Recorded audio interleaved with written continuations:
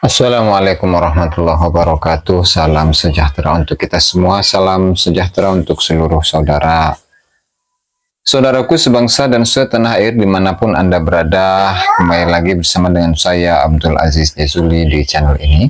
Yang pada kesempatan kali ini saya akan sedikit mengulas ya bagaimana statement yang disampaikan oleh Gus Yahya Khalil Stakuf yang merupakan Ketua Umum PBNU. Ketua Umum Pengurus Besar Nahdlatul Ulama ya. Memang dalam beberapa kesempatan yang lalu beliau itu ya bisa dibilang kurang tegas gitu dalam sikap beliau mengenai nasab Alawi, akan apakah nasab itu sebuah nasab yang tersambung kepada Rasulullah Shallallahu Alaihi Wasallam atau tidak. Bahkan kalau kita kembalikan kepada tahun 2017, baik itu dalam tulisan beliau yang berjudul Mbah Ndoro, itu sedikit mengkritisi ya beberapa tokoh-tokoh yang dari para habaib yang datang ke Indonesia. Kemudian juga hal itu disampaikan juga di dalam video beliau ya, dan itu pada tahun 2017, masih tahun yang sama. Dan ternyata pada awal-awal polemik nasab Ba'alawi juga beliau juga mengeluarkan statement mengenai hal ini. Kemudian diulangi lagi beberapa kali. Nah, kemudian yang terakhir kemarin itu adalah bagaimana menjelaskan perbedaan antara apa itu Ahlul Bait, apa itu dzurriyyah Nabi, apa itu itrah An-Nabi Shallallahu Alaihi Wasallam. Kemudian juga ada mengenai Ahlul Bait, dzurriyyah dan seterusnya. Yang itu beliau kutip dari almarhum al-mukarram al-muhtaram Hadratus Syekh Kiai Haji Maimun Zubair ya. Dan ini saya tidak tahu ini video ini kapan, tapi kelihatannya itu adalah satu acara tentang diskusi atau mungkin bahas masail ya, atau apalah yang di situ disebutkan beberapa nama yang diantaranya itu Kiai Haji Afifuddin Muhajir, di mana Gus Yahya ini menyebut bahwa nasab Alawi itu adalah nasab yang tidak jelas statusnya, dengan menyamakannya dengan anak nasabnya anak dalam tanda kutip ya. Itulah nanti yang bisa kita simak secara langsung bagaimana statement yang disampaikan oleh Gus Yahya Khalil Stakuf dalam video yang akan kita putarkan ini. Silahkan. Ada seorang ibu yang menuntut nafkah dari seorang bapak untuk anaknya dengan klaim bahwa ini adalah anak si bapak itu, walaupun tidak ada bukti pernikahan yang sah ya. Walaupun tidak ada bukti pernikahan yang sah ya. Itu pun sebetulnya ya kita tidak tahu apakah tidak ada bukti pernikahan itu berarti tidak menikah secara sah atau menikah secara sah tapi nggak dicatat, itu kan kita nggak tahu. Ini kira-kira sama dengan nasab Ba'alawi itulah kira-kira Itu kira-kira seperti nasab Ba'alawi itulah ya. Kita ulangi lagi ya. Sah tapi nggak dicatat, itu kan kita nggak tahu. Ini kira-kira sama dengan nasab Ba'alawi itulah kira-kira yang itu sudah koitanya kemarin sudah ditekankan oleh Kiai Afifuddin Muhajir sebetulnya, itu adamul wujdan la yadlu atau la yakun dalilan ala adabil wujud gitu. Ini tidak ada bukti pernikahan yang sah ya. Tidak tahu menikah apa enggak kita tidak tahu, tapi bukti syaratnya kan tidak ada.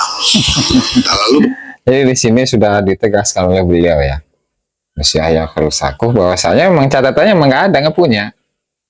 Kemudian juga dengan menyetir salah satu statement dari Kiai Haji Afifuddin Muhajir, bahwasanya adamul wujdan la yakunu dalilan ala adamil wujud, kan gitu. Atau dalam redaksi yang lain, narasi yang lain seperti yang sering kali saya bacakan, bahwasanya adamul wujdan la ya'nil adam.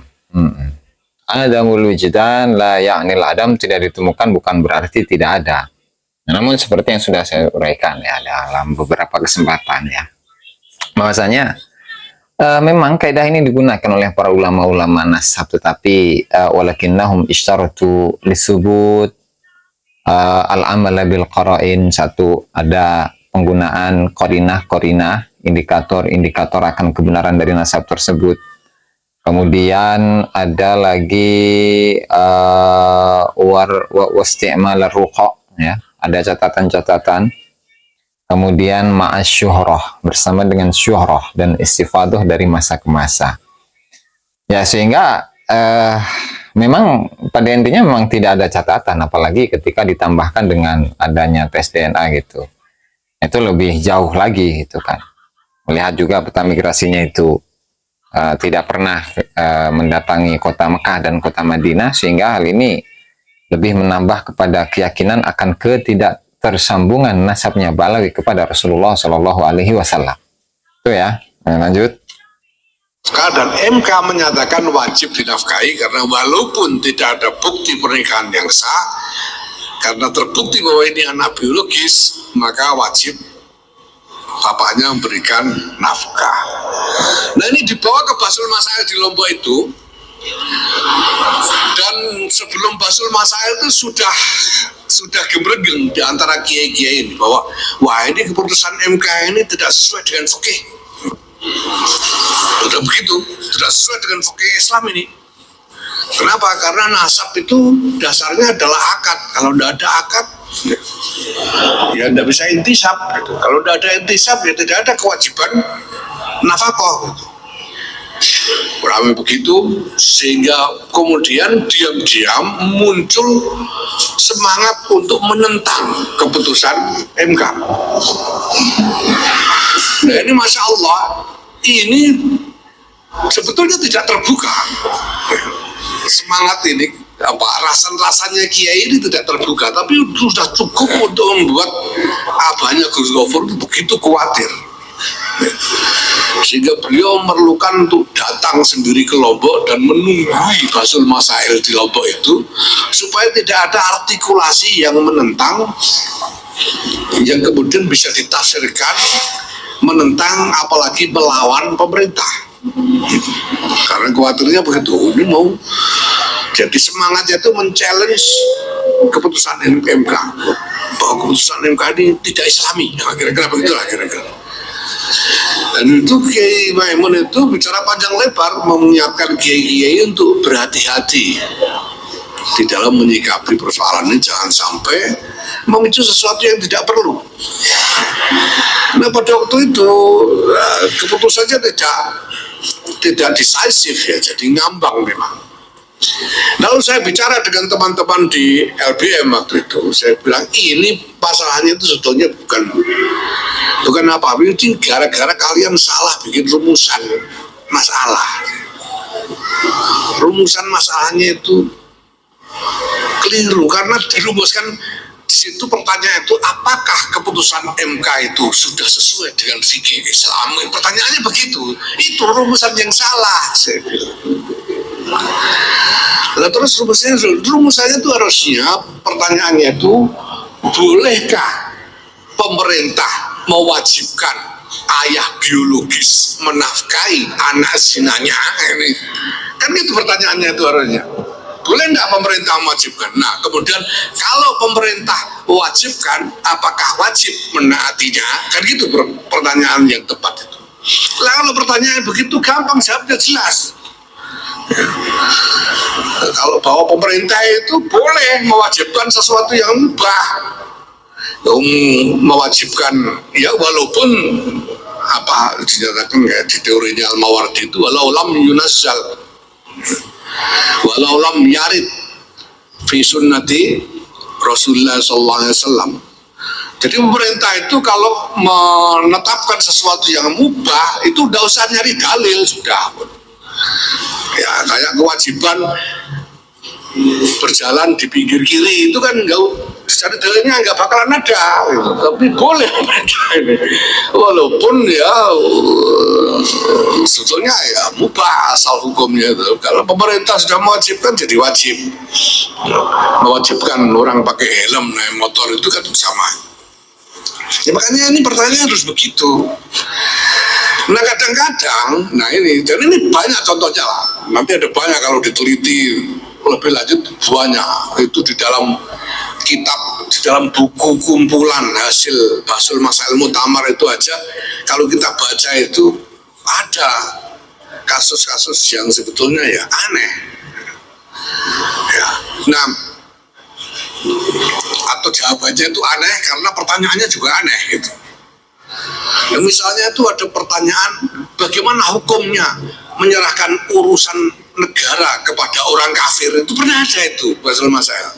Ini gimana kok bikin pertanyaan begini ini gitu. Ya. Nah, terus jawabannya aneh juga, jawabannya tidak boleh katanya. Jawabannya kan repot ini. Lah terus urusan negara itu apa? Apa dikira urusan negara itu cuma jadi presiden gitu? Memangnya jadi bupati itu bukan urusan negara? Jadi cari lurah itu apa bukan urusan negara? Jadi tukang ketik di kantor pemerintah itu urusan negara bukan? Dan ini kan jadi kacau balau. Kenapa? Karena pertama-tama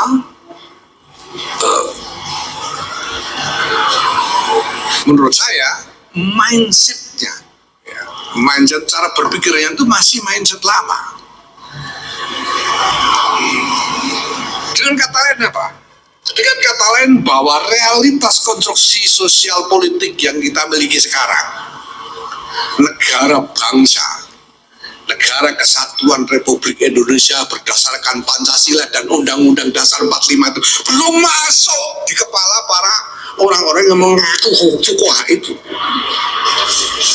Belum masuk di dalam kepala mereka. Konstruksi ini konstruksi apa itu mereka belum menginternalisasi. Sehingga ketika mereka ketemu dengan soal-soal begini, mindset mereka itu masih mindset zaman Turki Utsmani. Ini masalah besar buat kita. Nah, kemudian banyak masalah-masalah fikih itu tidak dilihat hakikatnya dalam tasawur itu, tapi didasarkan pada klaim-klaim. Ya, misalnya apa? Kemarin itu ini yang men-trigger ini. Itu soal salam ini ya. Ini yang men-trigger. Jadi dianggap haram pakai salam macam-macam itu karena mencampur adukan ibadah. Karena mencampur adukan ibadah itu alasannya. Ya. Nah, kenapa? Karena ada klaim karena bahwa assalamualaikum warahmatullahi wabarakatuh itu adalah ibadah, maka diklaim yang lain-lain juga ibadah. Padahal tidak ada ibadah itu. Tanya kepada teman-teman Kristen, apakah salam sejahtera itu masuk dalam liturgi? Enggak. Tidak ada liturgi itu.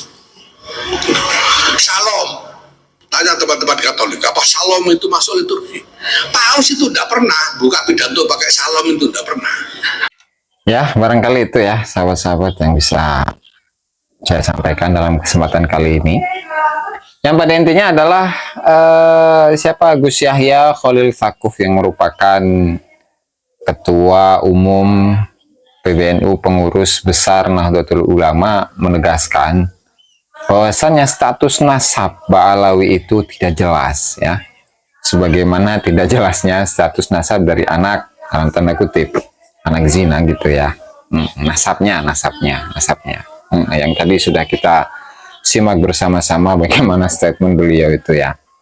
Dan juga di statement yang ketika beliau itu menyampaikan perbedaan antara Ahlul Bait Nabi, Zuriyah Nabi, kemudian Ahlul Baitin Nabi, kemudian Aitratin Nabi. Di situ yang diberi contoh itu malah dari kalangan kiai dan bukan kalangan habaib. Ya, sehingga itu penekanannya lebih kepada ulama-ulama Nusantara itu sendiri. Ya, barangkali sahabat-sahabat itu yang dapat saya sampaikan dalam kesempatan kali ini. Wallahul muwaffiq ila aqwamit thoriq. Wassalamualaikum warahmatullahi wabarakatuh.